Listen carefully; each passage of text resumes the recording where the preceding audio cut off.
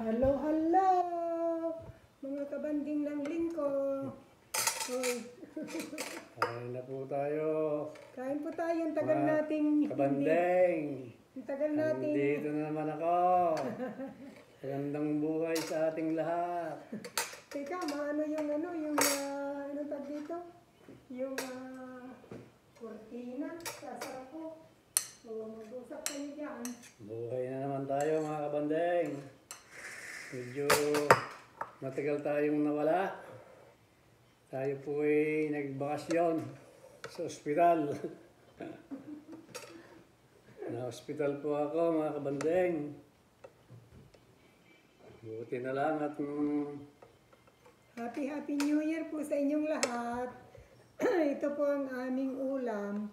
Ito, diningding sa Tagalog o diningding ba? Diningding ang tawag yata ng mga Tagalog, pero sa aming Ilocano ay inabraw. Sinahugan ko ng, ayan, mga sobra-sobrang prito ng pritong bangos.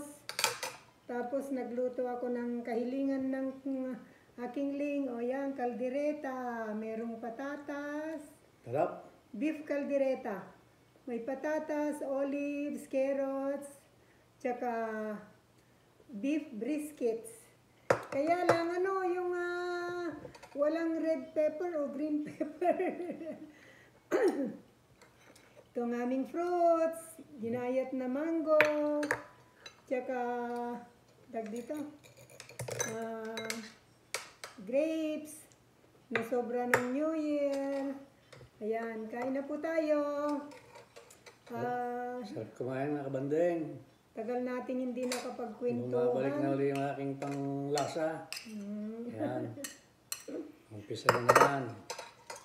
Inaamin po namin ang 2023 merong yung tag dito, ups and down, na talagang ang buhay ay very fragile. Na hindi natin alam kung ano mangyayari maya-maya. Kaya, thank you so much sa mga nag-pray sa lingko. Alam ko maraming nag-pray sa kanya dyan. Maraming salamat. At talagang napakabait ng Diyos. Napakabait talaga. Baka ako'y maiyak.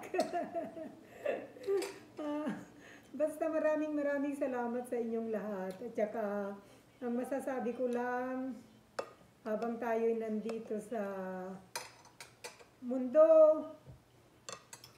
huwag niyong kalilimutang sabihin, I love you sa mga mahal niyo sa buhay. Kahit hindi niyo na mahal, basta love lang natin lahat-lahat. Kahit na araw-araw, maya-maya, sinasabi natin I love you. Kaya, yan, huwag niyong kalilimutan.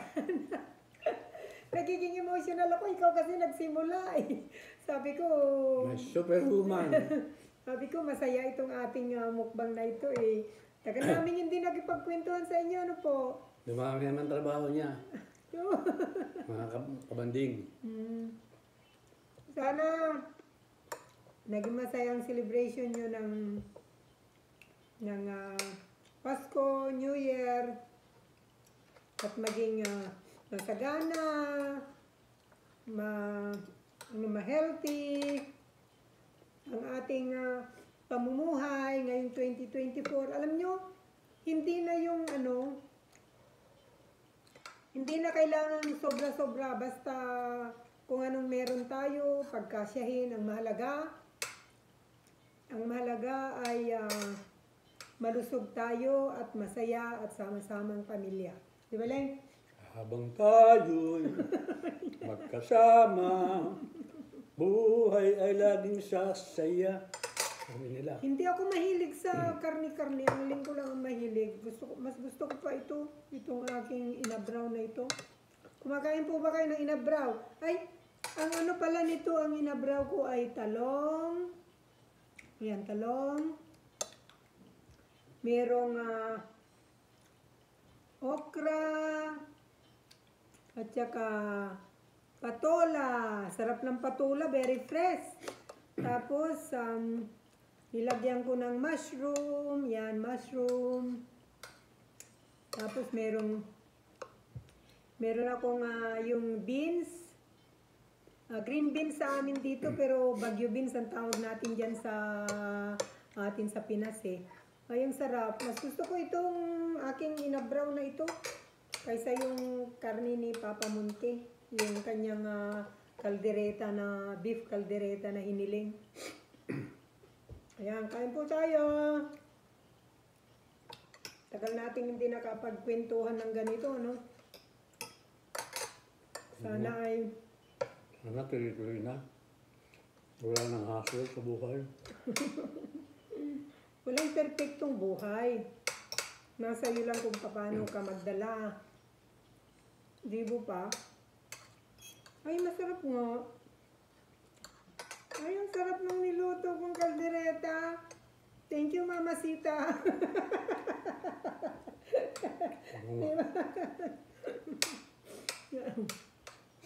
Thank you, Mama Sita. Baka naman.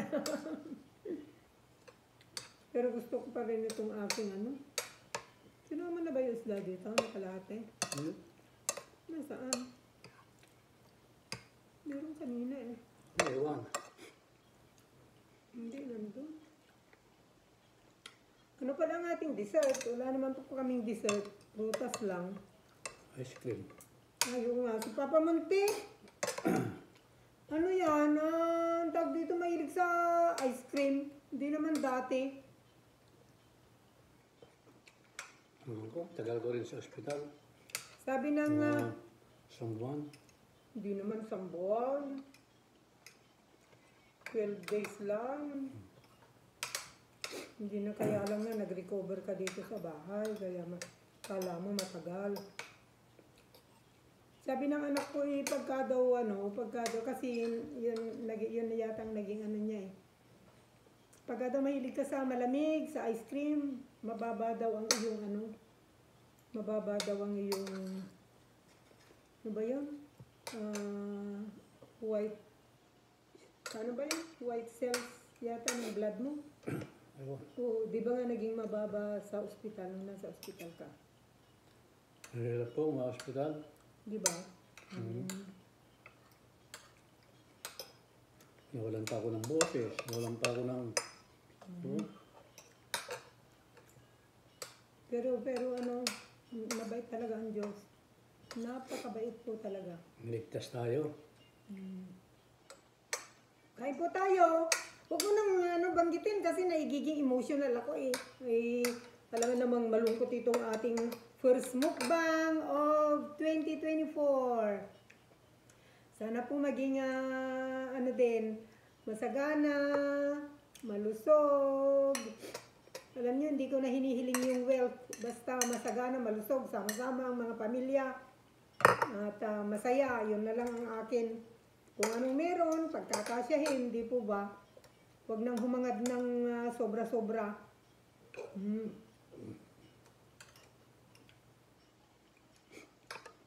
Basta, dasal lang po tayo.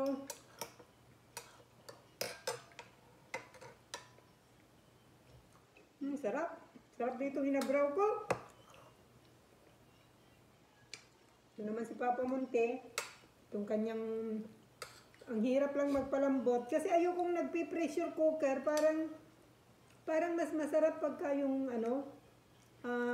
niluluto talaga ng pakulo na bagya lang ang apoy. Mahirap lang magpalambot. Sarap. Pero kailangan din natin ng protein. Kaya kailangan din kumain ng karne. Sabagay, maraming mga substitute ng protein. Kailangan din na ay mga peanut butter. Okay na yun. Mga kabanding ng lingkong, maraming salamat sa walang sawa ninyong suporta sa aming dalawa. Monte House at saka Papa Monte. Saka yung aming pang-support sa inyo na Milas Canteen. Maraming salamat po. Sana masarap din. Sabayan nyo kaming kumain. Kung anong oras na dyan sa inyo. Masarap nitong pritong bangus. Ganyan po ako. Pagka yung may mga extra na mga leftover na mga prito-prito, nilalagay ko sa freezer. Tapos pag ako'y nagdidiningding, nag-iinabraw, yun ang aking pinangsasahog. Masarap. Hindi na ako magpiprito, hindi na mangangamoy ang buong bahay. Ano? Oh, Isa lang. Talagang hindi mapigilan ng lingko ang coke niya kaya pero sabi ko isa lang sa isang, sa bagay sa isang araw, isa lang naman, tsaka yung iniinom niya ngayon, Coke Zero. Walang sugar. No. Hoy, ba't akong daldal ng daldal sa iyo ito? Ito magkwento. tama na. Ha? Kung nagkwento naman ako, umiiyak ka. Natinik yata ako. Ikaw, may tinik.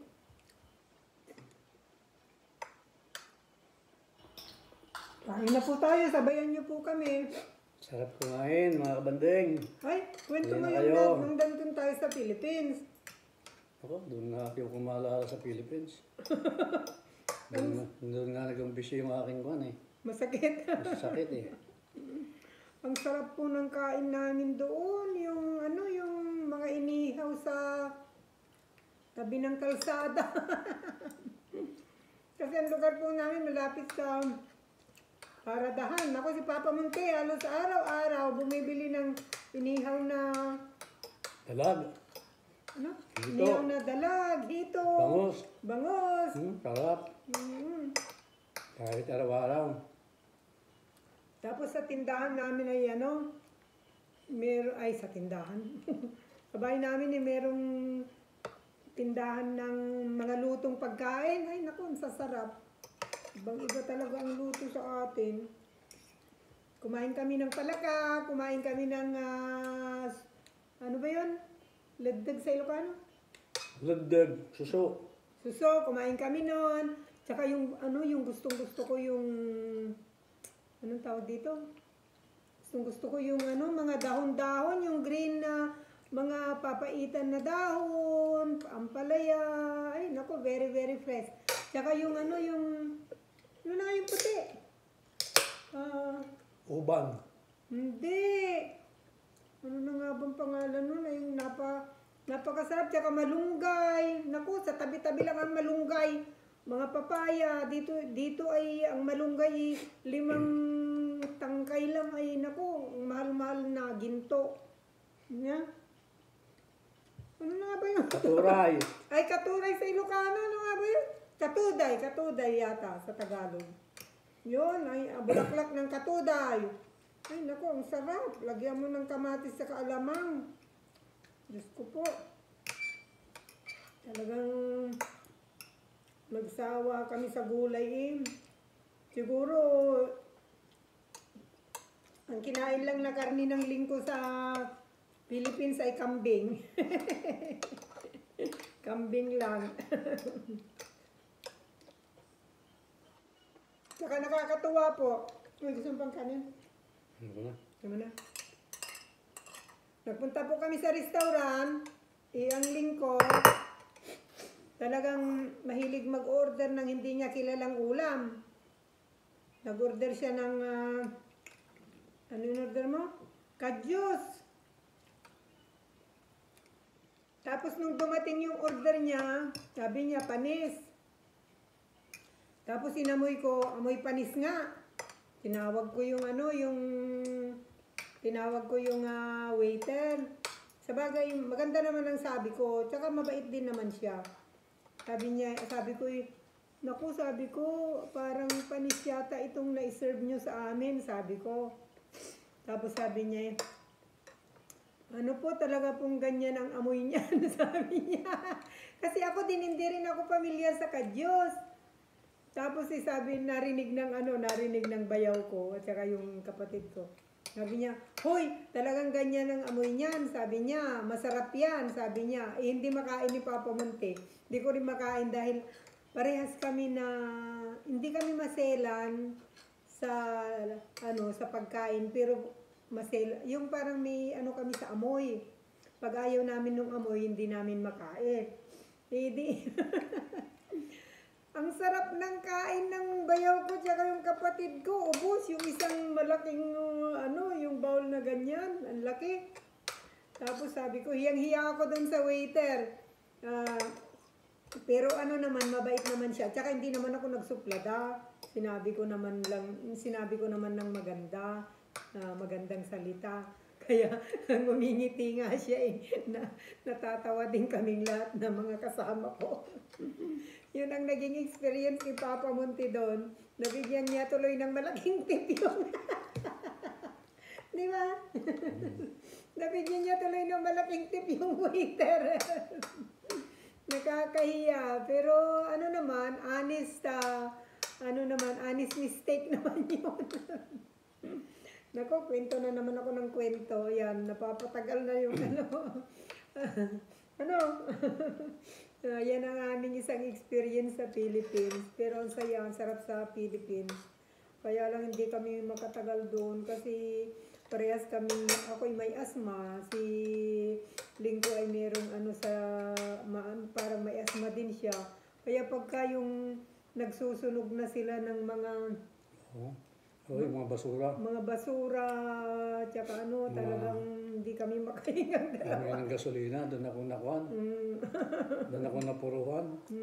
Kaya, pa siya, nagmamas pa kami.